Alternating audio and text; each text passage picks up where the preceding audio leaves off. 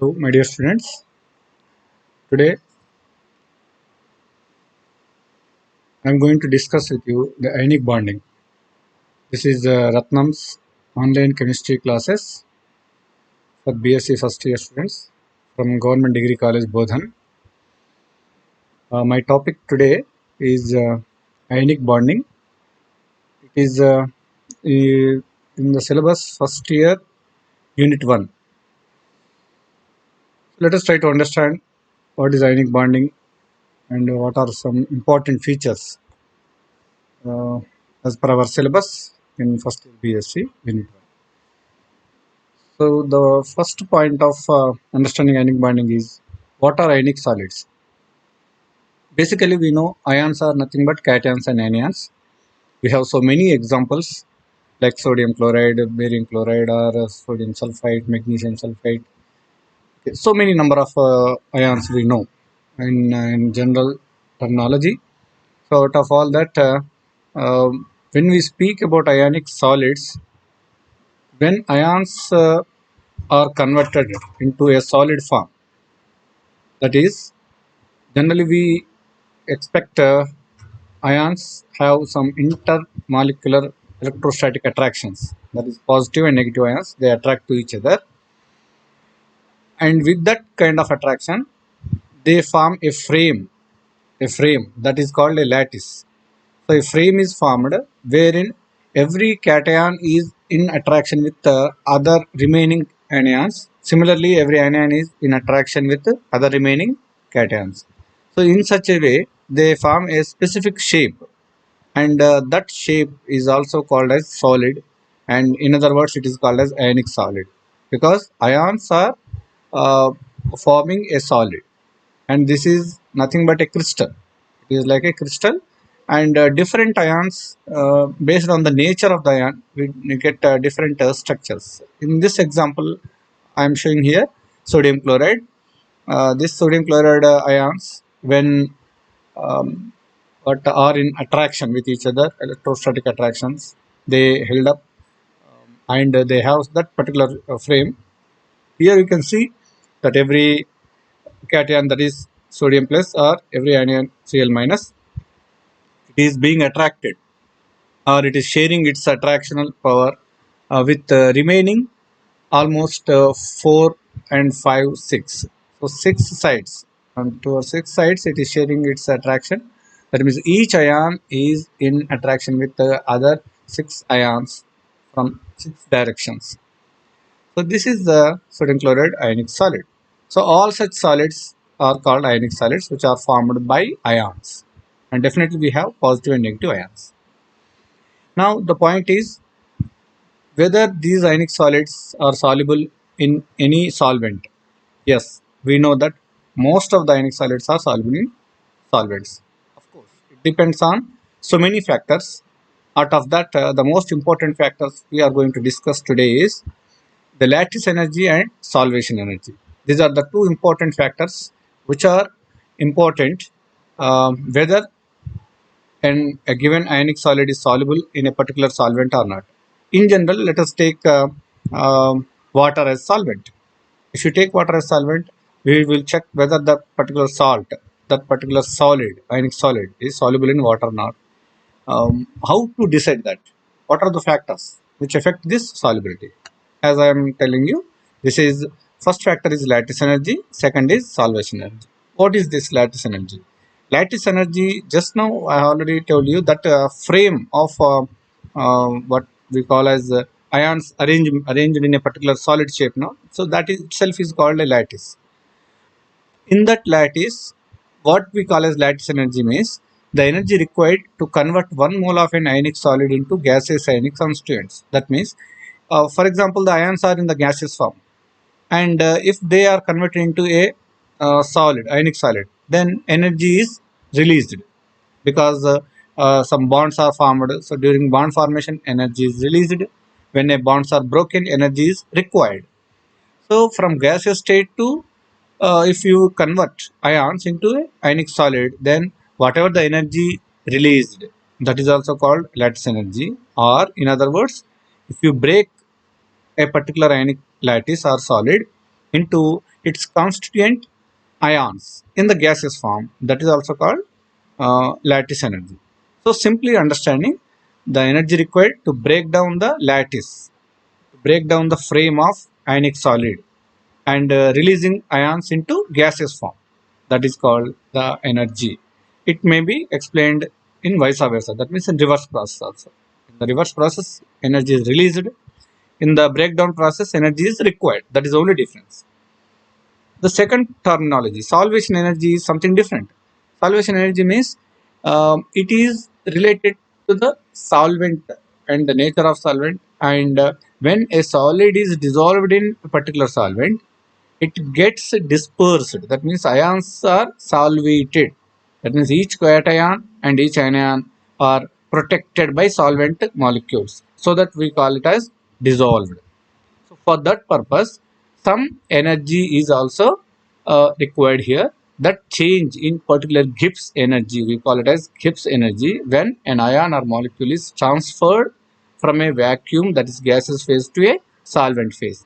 That means just like a lattice energy, when a gaseous ion is converted from gaseous state to solid state, that energy is called lattice energy.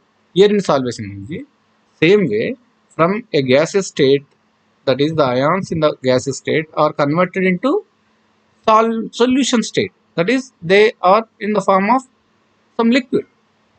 So that process, during this process, whatever the energy change is called solvation energy.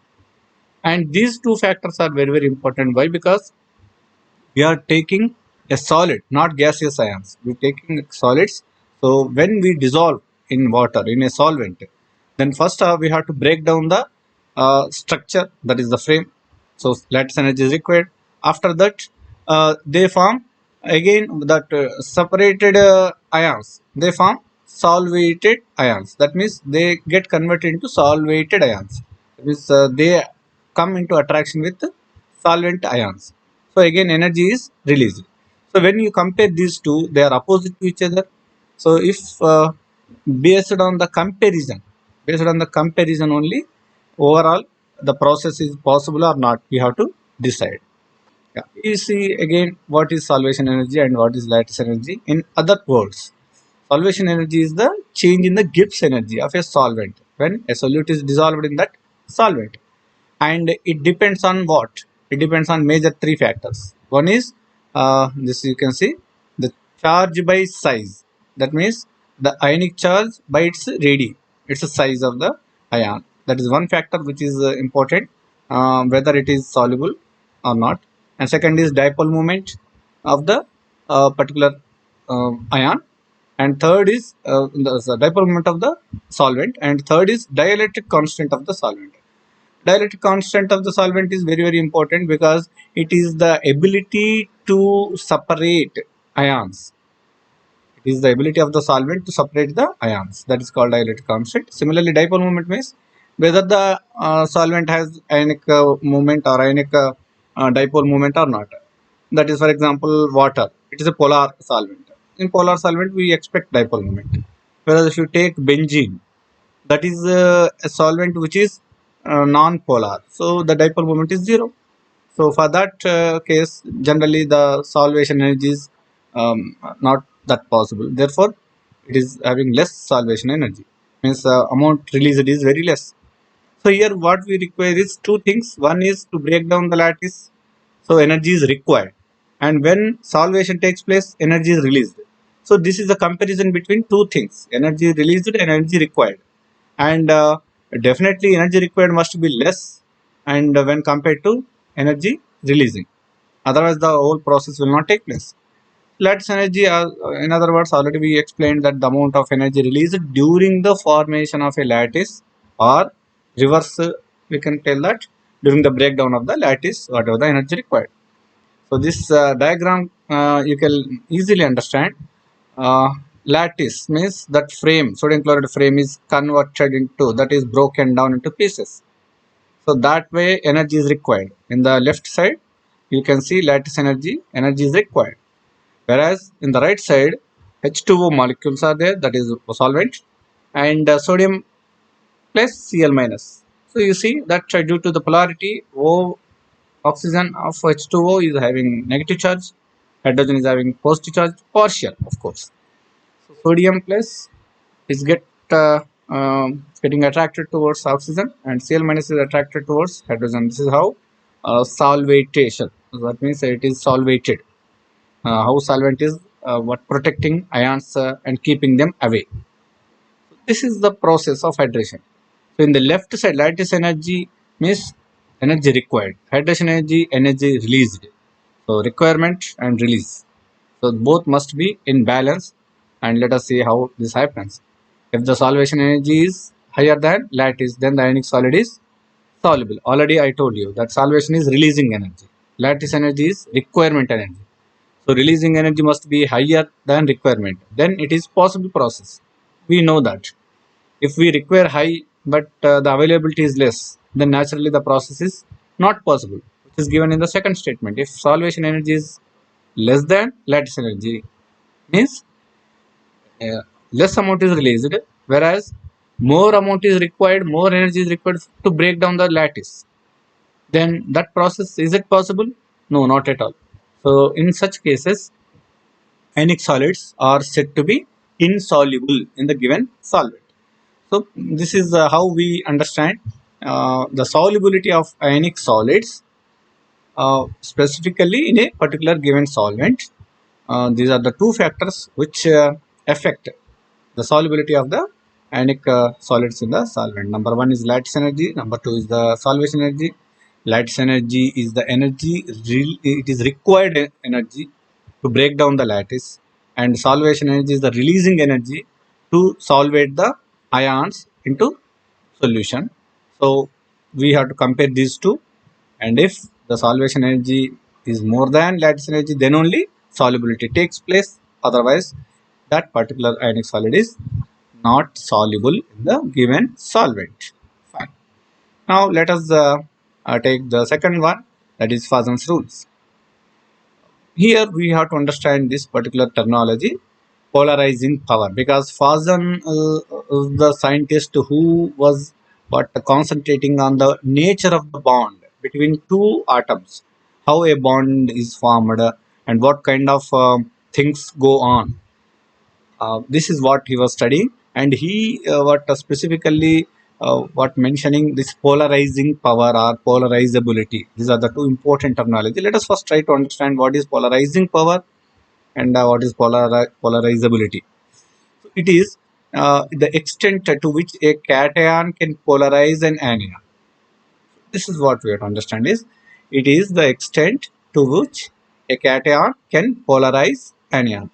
Means cation polarizing anion means a cation attracts the negative charge or negative cloud or electron cloud of the anion. So anion has electron cloud around it, and cation is attracting that particular electron cloud. So when it attracts the electron cloud of anion moves slightly. That is, it gets distorted. Previously, if without any cation, an anion isolated individually, it has a spherical electron cloud around it. But once cation approaches towards an anion, then the electron cloud gets distorted. That means it is partially diverted towards cation. That is how spherical shape gets distorted. That is called polarizing or polarization. So the ability of the cation, certain cations attracts very strongly, certain cations attract slowly. So that power is called polarizing power of the cation. So polarizing power is with respect to cation, into which it polarizes anion. Polarization means distortion of electron cloud of the anion from normal spherical shape. Normally it is in spherical shape. So let us take the diagrams and we can easily understand. And the factor, it is very clearly mentioned here. This polarizing power depends on the factor called charge density. Charge density. Charge density is nothing but the ratio of charge to value. That means cation charge and its cation value, size. How much charge it is having, how much size it is. So that ratio is called charge density. So more the charge and lesser the volume, then it will be having higher polarizing power. Okay. So this is what we can understand what is polarizing power. And the second terminology, polarizability. this is reverse to this. That is for anions. That is if it is the extent to which an ion can be polarized. To what extent it can be polarized? Um, uh, this is nothing but based on the shape of the anion. Polarizability varies from anion to anion. See this diagram. You can easily understand how this polarization is taking place. Poisson's rules can be understood very simply. On the left side extreme, we see that cation is spherical shape, anion is spherical in shape. So both are separate; they don't influence each other. So that is pure ionic bond. But for example, cation has the capacity to polarize the anion. Now, in the second diagram, in the second side, right side, in the second side, there is a partial distortion. That anion cloud is partially attracted towards cation. Therefore, there is a partial distortion. So, polarization is taking place. And in the third diagram, there is a very strong polarization. And in the last diagram, right side, you see that almost electron cloud is mixed. Total electron cloud is almost covered both anion and cation. This is what we call as covalent character. So if the distortion or the polarization is very less, if the electron clouds are within the anion is having its own electron cloud and cation is having its own electron cloud, both are separate, that is called ionic bond. And if the polarization is taking place, means covalent character is entering. And if the polarization is very strong and the electron cloud is totally mixed and almost both the ions are within the same electron cloud, that particular shape, that particular bond is called covalent bond. So from left side to right side, you can clearly observe this covalent character gradually increasing. Slowly it is increasing.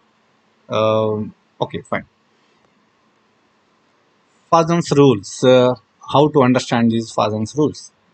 So from here, we can easily say that which can be what understood to have ionic character, or which are in the form of covalent nature. That is, which have covalent character. So for ionic characteristics, we can see that cation, if it is larger, then its polarizing power is less. If polarizing power is less, means it is ionic in nature. And anion, if it is also small in size, naturally its polarizing power is less.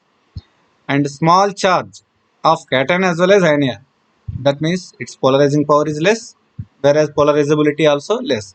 So polarizing power of cation, polarizability of anion is less, then that particular formation of bond is nothing but ionic in nature. So that gives ionic bond. Whereas, reverse to this, if small cation or large anion with large charge have high polarizing power and high polarizability nature. So cation is having high polarizing power, anion is having high polarizability power. Therefore, that gives polarization, and the electron cloud is distributed between anion and cation. Definitely, that is called as covalent in nature. So this is what we call what covalent characteristics. Yeah, you can see easily. You can understand here. For example, sodium chloride, magnesium chloride, aluminum chloride.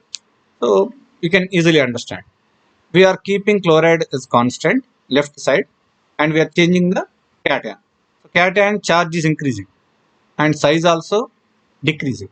So sodium compared to sodium, magnesium is smaller size, higher charge. Aluminum plus 3, higher charge and also still small size. So due to this, charge density is increasing from top to bottom. That is, sodium is having less charge density and magnesium is more, aluminum is little higher. Chloride is same. Now this cation capacity, polarizing power of sodium plus, magnesium plus to aluminum plus 3. If you compare these three, then the maximum polarizing power is with aluminum plus 3. Because already I told you that higher charge, smaller size will be having high polarizing capacity. Therefore, aluminum is showing high polarizing power. Therefore, it polarizes chloride ion when compared to sodium plus.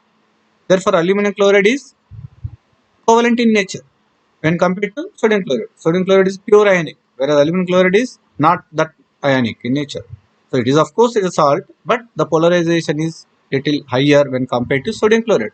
So sodium chloride, magnesium chloride, aluminum chloride, you can easily clearly understand that the polarizing capacity of sodium plus magnesium plus 2 aluminum plus 3 is increasing. This is how distortion is taking place and covalent nature is increasing from top to bottom. Similarly, if you take the right side example, here we are keeping cation constant aluminum plus 3 only, and we are changing anion. Again, if you increase the size of the anion, polarizability increases. That is from fluoride to chloride, chloride to bromide, bromide to iodide. The polarizability is increasing gradually because of the larger size.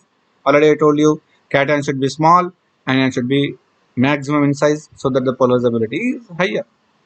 Here you can now see that aluminum cannot polarize fluoride minus to that extent, whereas it can easily polarize chloride, but it can more polarize bromide. If you take iodide, it will polarize very strongly. So the covalent character is increasing from top to bottom. Aluminum fluoride, aluminum fluoride, aluminum bromide. Which is more covalent? Aluminum bromide is more covalent. Which is more ionic? Aluminum fluoride is more ionic. And aluminum chloride is in between these two ions. So this is how we understand the polarization of bonds and the nature of the bond, whether the bond is ionic or covalent. So based on this particular explanation, Farzan has given certain rules to understand whether a particular bond is ionic bond or covalent bond and how polarization takes place. So this is the main importance of Farzan's rules, which are very helpful for us to understand the nature of the bond. Now we will take up now this valence shell electron pair repulsion theory, VSEPR theory. This is a very famous and well-known theory right from the intermediate onwards. We have been discussing this. We are studying this. What is this exactly? It is a valence shell electron pair repulsion theory. So here valence shell means, let us try to understand the terminology itself. Valence shell means the last shell. Valence means ending. That means where the interaction takes place. Every atom has different shells, orbits for example. First orbit, second orbit, third orbit. In each orbit there are shells. That means orbitals. So valence shell means the last orbit where electrons interact with other atom. So that particular stage is called valence shell. And in that valence shell, electron pair repulsion taking place, then that electron pair repulsion from valence shell will decide the structure of the particular molecule. The central metal ion, a central atom, whatever the number of electron pairs it has, whether it has bond pairs, whether it has unpaired electrons or free electrons, non-bonding electrons or bonding electrons, whatever it may be, due to the repulsions, the structure is decided. So here we have different types of electrons, pair of electrons. Specifically, if there is a bond formation, then it gives bond pair electrons.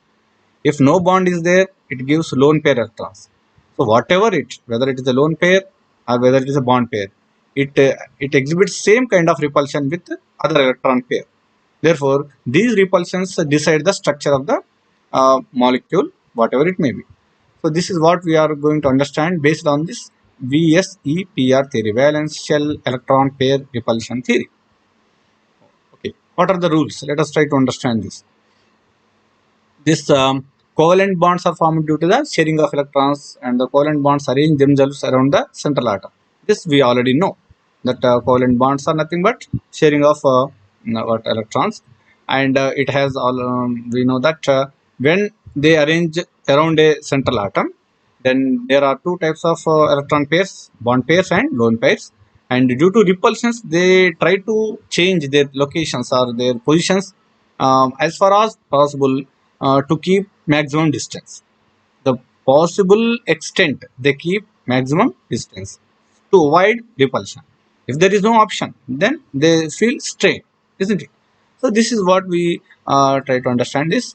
Let us examine this examples. For example, if this particular case in the left side, on the top side, you can see that central atom is in the middle, AX2 for example. A is the central atom and the X2 is the two atoms which are on both sides. Now they are kept away, totally away, 180 degrees. The two bonds are kept 180 degrees because there is a maximum possibility we can keep two bond pairs, bond pair of electrons, because AX is one bond on the left side, AX of the right side is another bond. So when you consider two bonds, both are bond pairs. So we are keeping the distance as much as possible. So the molecule is arranging itself in such a way that shape is now linear shape, isn't it? So why it is taking linear shape? Because it wants all the electron bond pairs to be far away. Now if you take the second example, it is AX3 model, where AX3 model means there are three bonds required for the central atom A. So it is having three bonds with 3x atoms. Then there are three bond pairs. Then how to keep them away? Then the possible maximum extent is to keep them 120 degrees each other. 120 degrees is the maximum possible distance we can keep, so that it can maintain maximum possible distance. Therefore, the shape became trigonal planar. Similarly, we can see if there is a bond pair, if there is a if there is a lone pair, when compared to out of these three, if there is one lone pair, then that lone pair occupies one position, just like a bond, and other remaining two bonds remain as such. Therefore, even though there are two bonds with one lone pair, the shape is V shape. It is not a linear shape. Of course, you can clearly understand AX to AX2 model, but here in AX2, in the first left side AX2, there is no lone pair. Whereas in the right side, there are two bonds AX2 model only, but with one lone pair. The shape is different. In the left side, if there is no lone pair, it is linear shape. In the right side, if there is a lone pair, then two bonds are arranged in V shape. For example, H2O. Best example is H2O. H2O is V shape because of this concept that it is having one lone pair on the oxygen. So that gives one, of course, two lone pairs here.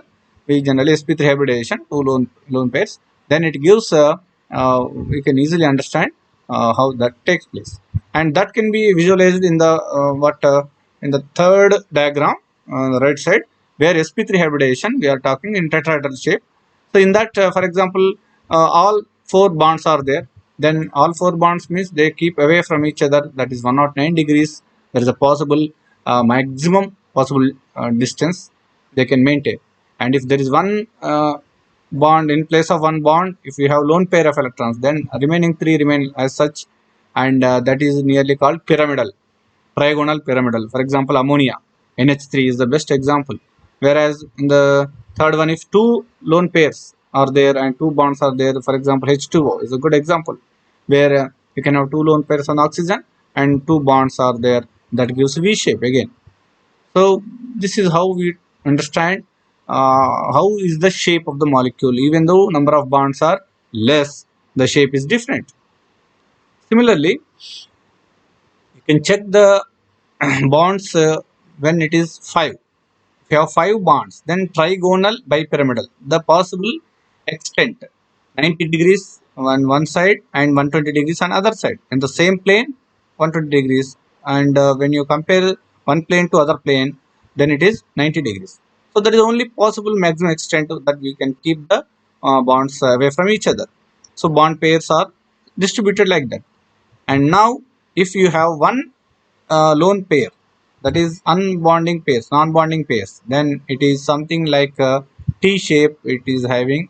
And if you have two, it is particular T shape. And if you have three lone pairs, generally all lone pairs occupy the same plane, the similar middle plane, and bonds are distributed to each other, away from each other, that is linear shape.